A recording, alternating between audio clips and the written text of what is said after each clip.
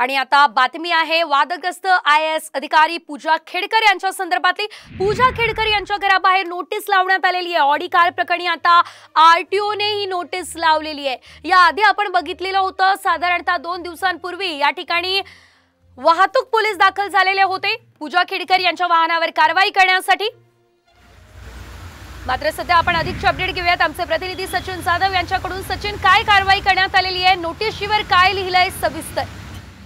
आपण पाहतोय की पुण्यातील बाणेर रस्त्यावरील पूजा खेडकर यांचं घर आहे आणि या घर जे आहे ते त्यांच्या आई मनोरमा खेडकर यांच्या नावावर आहे।